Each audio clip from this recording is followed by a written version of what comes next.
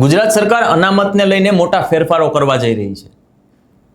અત્યાર સુધી જે જંગલોમાં રબારી સમાજ, ભરવાડ સમાજ અને ચારણ સમાજ રહેતો હતો તેને આદિવાસીનું સર્ટિફિકેટ મળતું હતું, પરંતુ હવે તેને એ સર્ટિફિકેટ નહીં મળી શકે કદાચ, કારણ કે સરકાર આ ત્રણેય જ્ઞાતિઓને જે જંગલોમાં રહે છે એને આદિવાસીઓની જગ્યાએ હવે ઓબીસીમાં સ્થાન આપશે।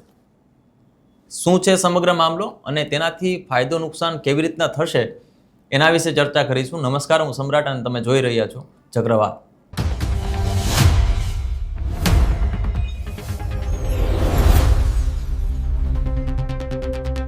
છેલ્લા ઘણા વર્ષોથી આ આદિવાસી નેતાઓ અને લોકો એવું કહે છે કે જે આદિવાસીનું સર્ટિફિકેટ છે, આદિવાસીના જે હકો છે એને બિન આદિવાસી લોકો પચાવી રહ્યા છે, અને તેનો સામે તર્ક પણ એવો છે કે જે બિન આદિવાસી લોકો છે એ કોઈને કોઈ રીતે લાગવગથી ખોટા દસ્તાવેજો ઊભા કરે છે અને પોતે આદિવાસીનું સર્ટિફિકેટ મેળવે છે, એટલે કે એસટી કોમ્યુનિટીનું સર્ટિફિકેટ મેળવે છે। અને સરકાર આ સમગ્ર મુદ્દાને લઈને ચિંતિત હતી અને તેને કારણે ગઈકાલે વિધાનસભામાં નાણામંત્રી કનુભાઈ દેસાઈએ મોટું નિવેદન આપ્યું છે।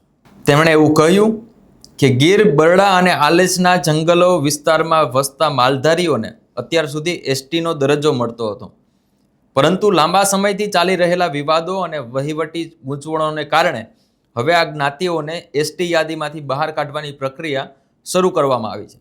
સરકારનું માનવું છે કે માલધારી જ્ઞાતિઓને ઓબીસી યાદીમાં સમાવવાથી તેમના સામાજિક અને શૈક્ષણિક પ્રશ્નોનું વધારે સારી રીતે અને યોગ્ય નિરાકરણ લાવી શકાશે।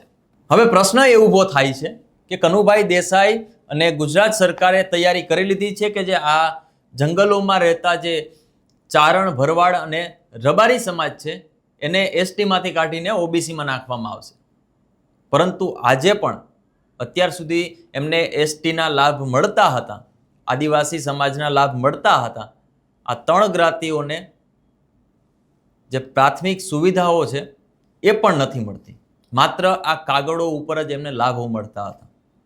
આજે પણ તમે ગીર, બરડા કે આલેચનાના જંગલોમાં જાઓ ને આ લોકોને મળો તો તમને ખબર પડે કે ખરેખર તેમને કયા પ્રકારની સુવિધાઓ મળી રહી છે, કયા પ્રકારના લાભો મળી રહ્યા છે અને એના હક કોણ ખાઈ રહ્યું છે। વર્ષોથી આપણે કહીએ છીએ કે ભાઈ સમાનતા જરૂરી છે, બધાને સમાન હક મળવો જોઈએ, પરંતુ આજે નાના લોકો છે જે આજે પણ આ જંગલોમાં રહે છે, જે પોતાની પ્રાથમિક સુવિધાઓ મેળવવા માટે વલખા મારી રહ્યા છે, એને અત્યાર સુધી સરકાર દ્વારા એ સુવિધાઓ ત્યાં પહોંચી જ નથી અને સરકારે પહોંચાડી પણ નથી। સરકાર મોટા મોટા બળાંગાઓ ફૂંકે છે કે અમે આ કરી દીધું, વિકાસ કરી દીધો, પેલું કરી દીધું, પરંતુ આ લોકો સુધી અત્યાર સુધી કાંઈ પહોંચ્યું જ નથી।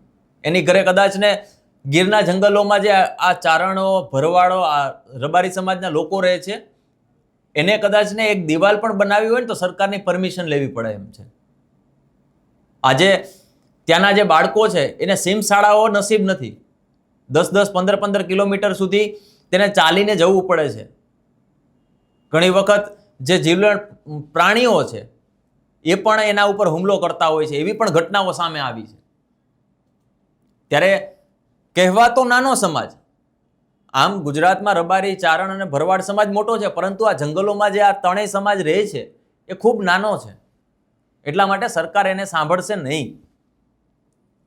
અને અત્યાર સુધી જે એને પ્રાથમિક સુવિધાઓ નથી મળી એ લોકોને ખબર પણ નથી કે એની સુવિધાઓ શું મળે છે, એના હક અધિકારો શું છે, પરંતુ એના નામે ઘણા બધા એવા બિન આદિવાસી લોકો છે જે માફિયાઓ છે, એના નામે આદિવાસીનું સર્ટિફિકેટ લે છે અને જે એના હક અધિકારો છે એ પોતાને માટે વાપરે છે। એટલા માટે જે સાઉથ ગુજરાતમાં, દક્ષિણ ગુજરાતમાં જે આદિવાસીઓ રહે છે, જે આદિવાસી નેતાઓ છે, જે લોકો છે, જે ભણેલા ગણેલા છે, એટલા માટે અત્યાર સુધી સરકાર પર બાયો ચડાવતા હતા, કારણ કે આ જે આદિવાસીઓના ખરેખર હક મળવા જોઈએ એ અત્યાર સુધી નથી મળ્યા, અને જે બિન આદિવાસી લોકો છે ખોટા દસ્તાવેજો કરીને એ હકો અને અધિકારો છીનવી રહ્યા છે। સરકારનું આ પગલું યોગ્ય છે, પરંતુ આ જે નાનો સમાજ છે, રબારી, ભરવાડ અને જે ચારણ સમાજ છે, એના માટે વૈકલ્પિક વ્યવસ્થાઓ તમારે કરવી જોઈએ। ના કે માત્ર જે ખોટો ઉપયોગ થાય તેના આધારે એમને પણ વંચિત કરી દો. આજે પણ આ સમાજ આદિવાસીઓ જેવું જ જીવન જીવી રહ્યા છે અને એને કોઈ મોટી સુવિધાઓ નથી મળતી. એટલા માટે સરકારને પણ વિનંતી છે અને આ બાબતે તમારું શું માનવું છે કોમેન્ટ બોક્સમાં ચોક્કસથી જણાવજો. નમસ્કાર.